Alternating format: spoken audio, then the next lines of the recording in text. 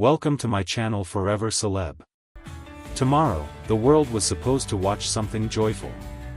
A new Netflix documentary built around 80 matches and one of the fiercest rivalries tennis has ever produced. Chris Evert and Martina Navratilova, side by side again, celebrated for everything they built together on a court.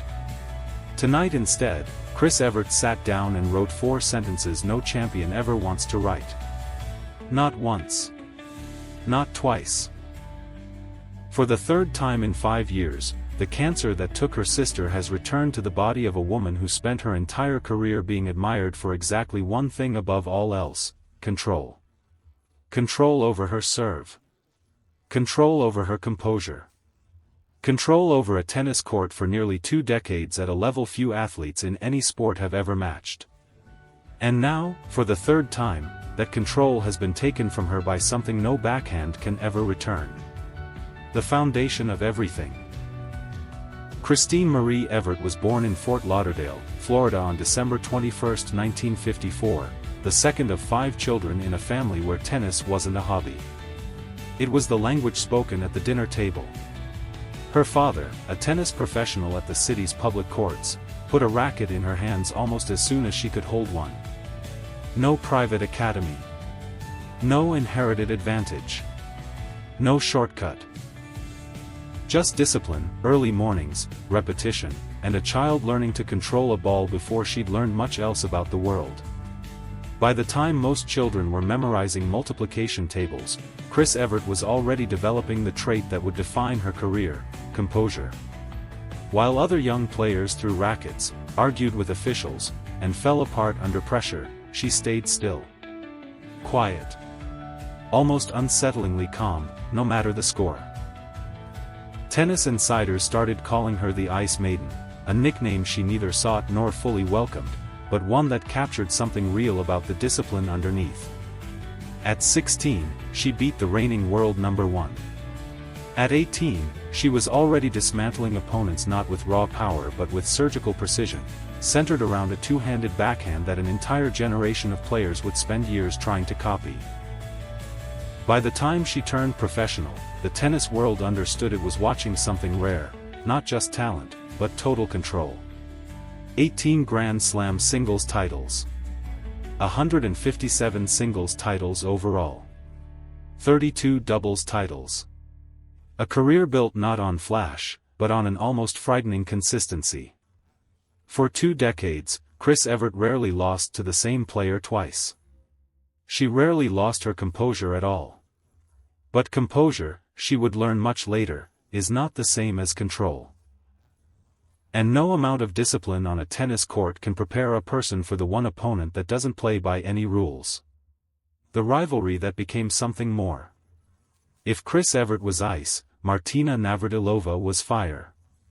For nearly 15 years, the two of them collided on courts across the world in a rival. That didn't just define a sport, it reshaped it. They first met in 1973, 2 teenagers with no idea they were about to spend the next decade and a half rewriting the record books together. Evert, the American baseline specialist, built on patience and precision. Navratilova, the Czechoslovakian serve and volley force of nature, built on aggression and pure athleticism. 2 completely opposite philosophies of the game locked in combat 80 times, across 2 continents and nearly every Grand Slam stage that mattered.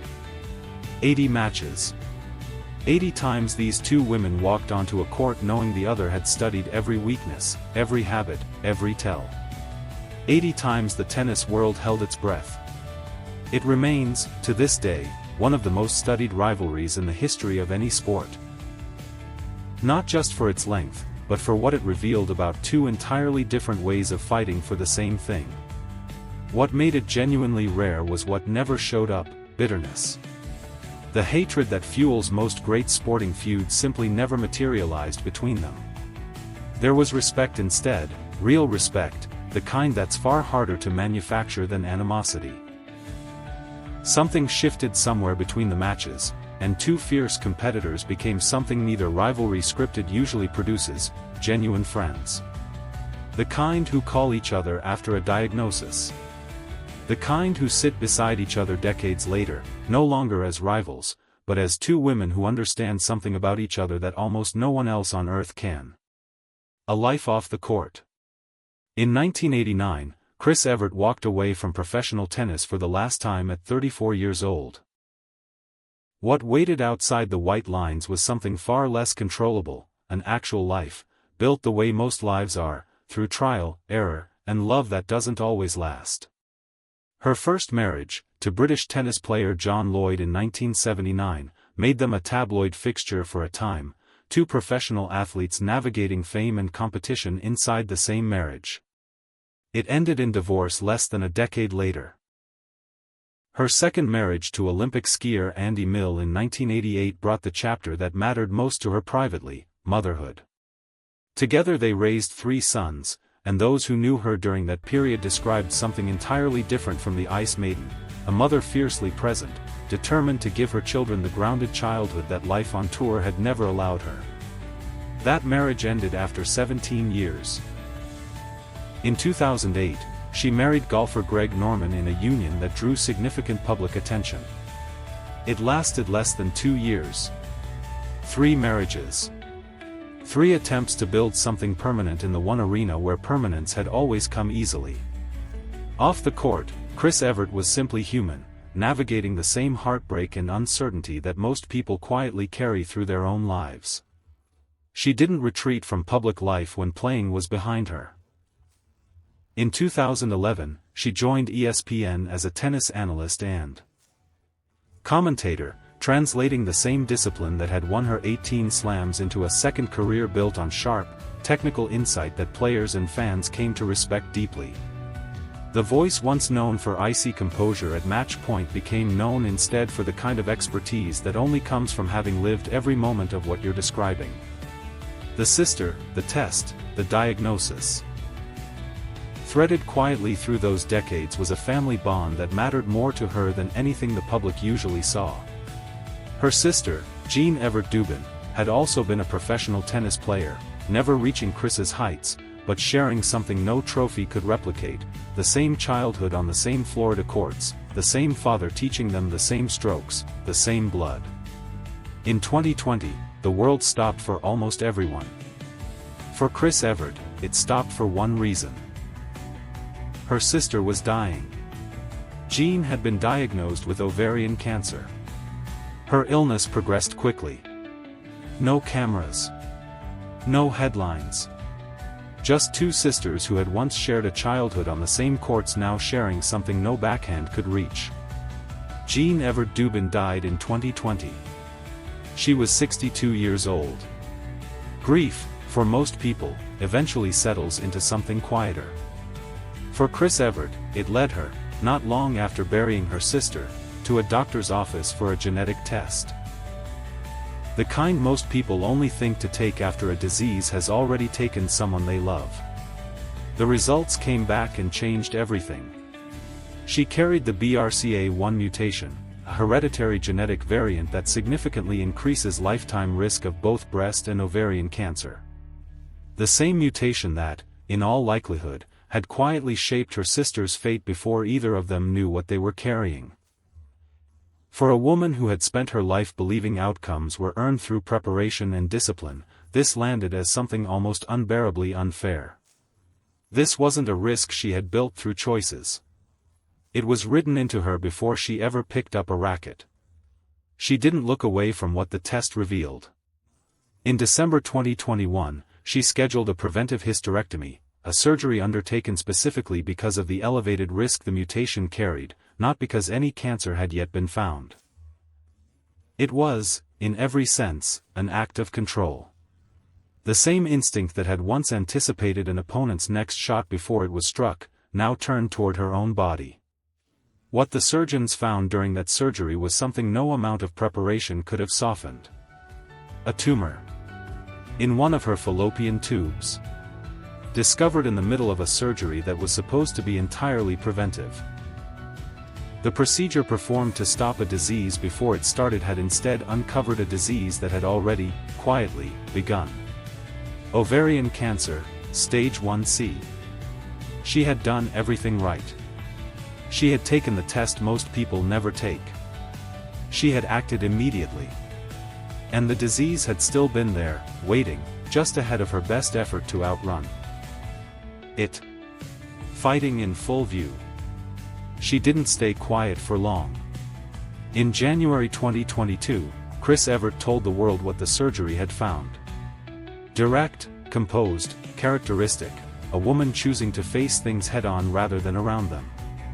Weeks into chemotherapy, she covered the Australian Open for ESPN, fitting broadcasts around a treatment schedule that would have given almost anyone else every reason to step away entirely. Tennis had taught her to play through pain when the stakes were a tournament. Now it seemed to be asking the same thing in an entirely different arena. Later that year, she made another preventive decision, a double mastectomy, aimed directly at the elevated breast cancer risk the same BRCA1 mutation carried. Not a reaction to any new diagnosis, another attempt to get ahead of a threat before it could choose its own moment to strike. Medical research shows this surgery can reduce breast cancer risk by more than 90% in BRCA1 carriers. 2 preventive surgeries. 1 active cancer diagnosis. A full course of chemotherapy, undertaken while continuing to appear on television in front of the same cameras that had once captured her at the height of her career.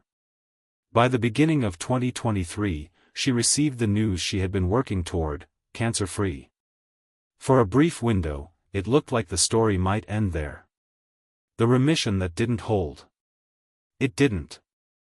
Later in 2023, Evert revealed the cancer had returned. The same directness. The same absence of delay. Delivered now with the particular exhaustion of someone repeating a sentence she had hoped never to say twice. She underwent treatment again. By the following year, the cancer moved back into remission, but something had shifted in how she talked about the victory.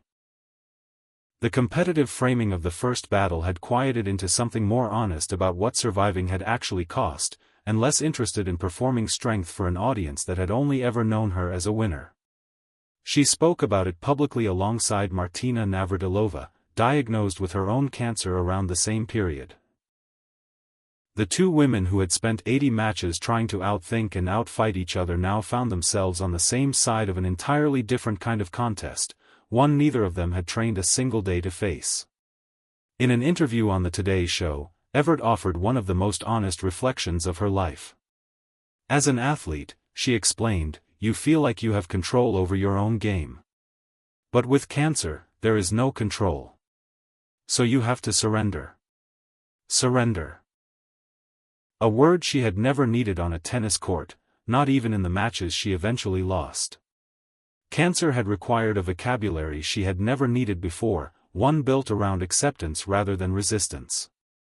She went further, being a champion, she said, had not exempted her from anything. You are not special. Millions of people go through even worse than what we went through. 18 Grand Slam titles had convinced the world that Evert was exceptional. Cancer, it seemed, had taught her something closer to the opposite. Every 90 days. By June 2026, she described what her life had quietly become. Scans every 3 months. Each one carrying its own private ritual of dread that no amount of public composure could fully conceal. She described it almost like prayer, getting a scan and simply not knowing what the results would say. You never know, she said.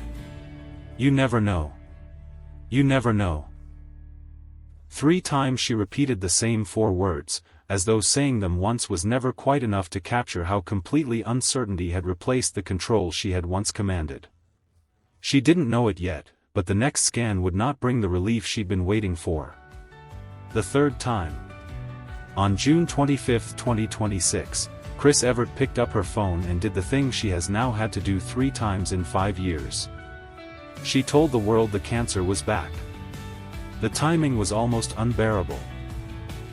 Just 1 day earlier, Netflix had been preparing to release Chris and Martina, The Final Set, the documentary built to celebrate everything the 2 women had created across 80 matches and 4 decades of friendship forged through rivalry. Promotional material was already circulating. Interviews already recorded. The two women who had once defined an era of women's tennis were finally going to be celebrated together on the biggest platform either had ever had access to. One notification announcing a celebration. Another, barely 24 hours later, announcing the life in question was fighting for itself again. The scans that weekend had not returned the silence she had grown almost used to. They returned an answer. Her ovarian cancer was back, for the third time. She wrote it herself, in her own words, posted directly to her own account. I have always believed in being open and honest about my health journey. This past weekend, after undergoing CT and PET scans, I learned that my ovarian cancer has returned. I have already undergone surgery as the first step in my treatment and recovery and will begin chemotherapy in the coming weeks. Surgery already completed. Chemotherapy already scheduled. The same instinct, moving immediately to confront the threat before hesitation could steal a single day from the response. She announced she would not be covering Wimbledon this year for ESPN. The tournament she had appeared at almost every summer since 2011. For the first time in 15 years, center court would go on without her voice. ESPN's executive vice president of production released a statement within hours.